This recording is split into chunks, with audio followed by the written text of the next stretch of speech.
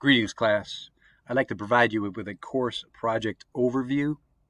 So in Module 2, under your problem solution proposal project, um, this is the project you'll be working on throughout this term. But I'd like to give you a walkthrough to share what you will be working towards. So remember, step lightly. Don't be overwhelmed by all of this information. In the weeks to come, we're going to take each one of these components individually. But I'd like you to see the big picture before you get started on the project that you are working toward.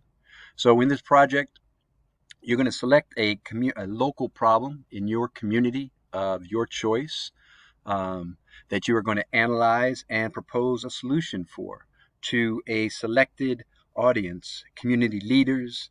You're going to write either a letter or a memo. That's your choice for your primary audience. And just remember that your peers and your writing mentor and myself, we're your secondary audience. We're going to be providing, updates and feedback throughout these 7.5 weeks. But you need to appeal to some designated primary audience, which means you have to have a specific audience in mind, an audience that exists in the real world. Okay, so not your peers, not your professor, not your writing mentor, but an actual audience, some community leader that you want to connect with. Okay, so your proposal is going to it should be feasible, right? Your solution should be feasible and real to solve an actual problem in your designated community. And it should be on the community level, right? Your local community. So not the all across Maricopa County or the state of Arizona or the Southwest or the United States, but a local issue. Okay, it might reverberate beyond your designated community, but that's where you need to start.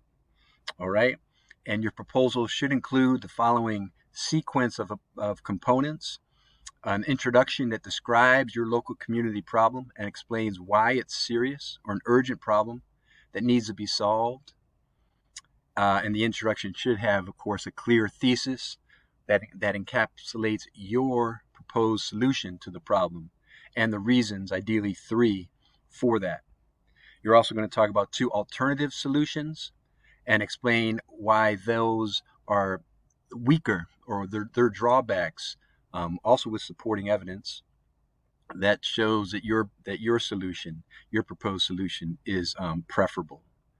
A clear argument for your proposed best solution to the problem, described in detail and justified with a few, ideally 2 to 3 convincing audience appropriate reasons.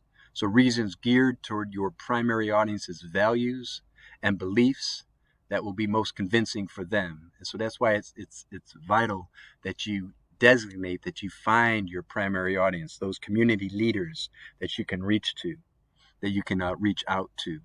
And you're also going to describe how it will be executed, your solution that is, or implemented.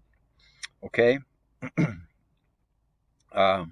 So additionally, you're going to make your argument, right, to support your solution, and then 2 counter arguments with rebuttals why those counter arguments against your proposed solution don't hold water.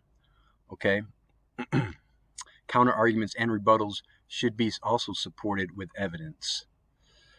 And then finally, a conclusion that will offer convincing call to action that the specific decision maker, your primary audience, could act on to implement your proposed solution.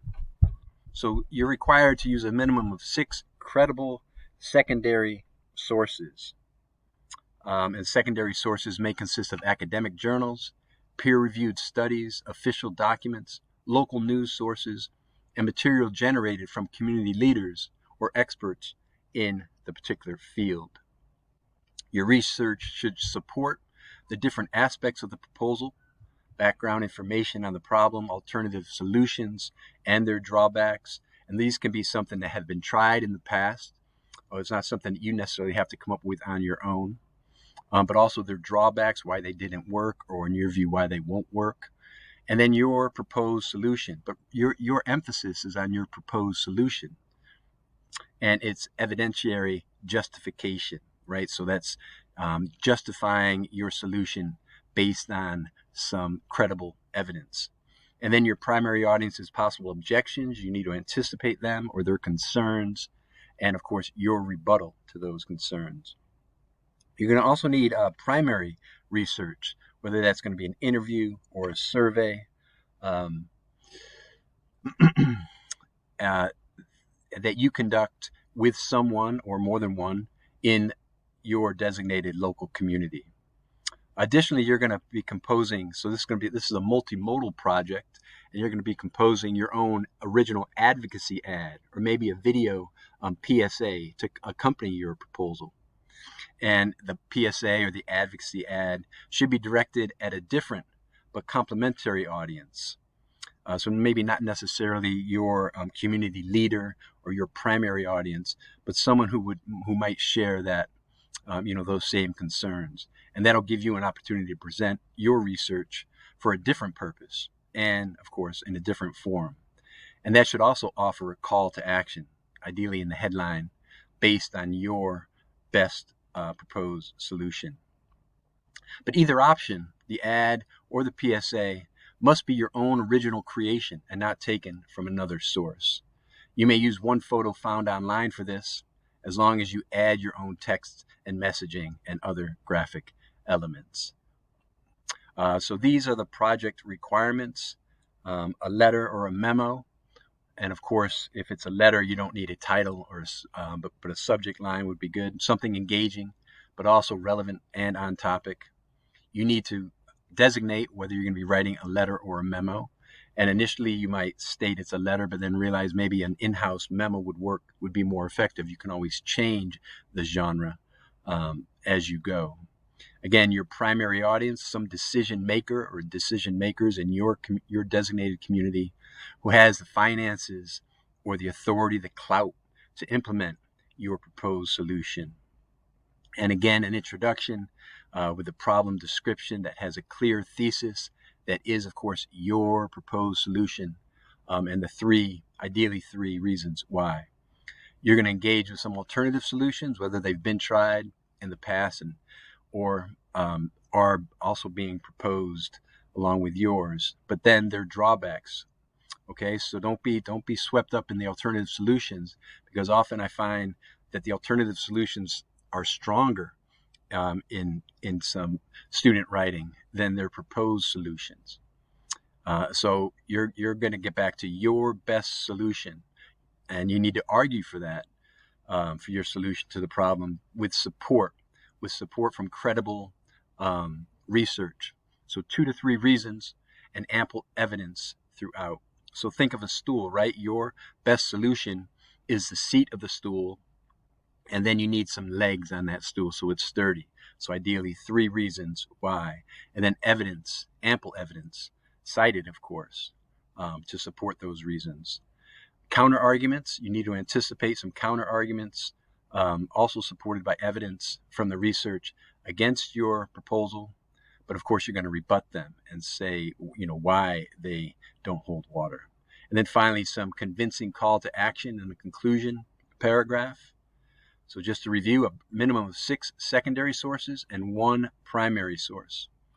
And all told, this is going to account to 1,300 words. So that's not including the references page. We're always in APA format. And this is just for in-text citations and references. So you don't need an abstract.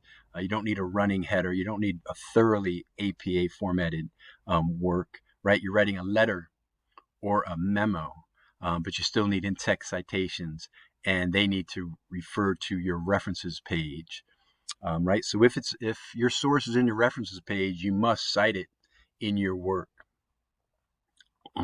And then the multimodal component, which is a separate advocacy ad or a video PSA.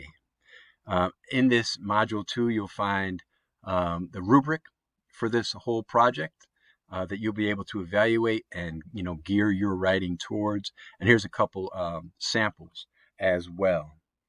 Okay, So I know that's a fairly quick overview, or maybe not so quick, 10 minutes, but I just wanted to share that with you before we get started. On Sunday night, you have your topic selection where you will be getting started, and I wish you the best of luck. Don't hesitate to reach out to me at any point if you have any questions about these steps. But remember, step lightly. We're going to take this step by step over the course of these 7 weeks. All right? So good luck to you, and goodbye from snowy New York.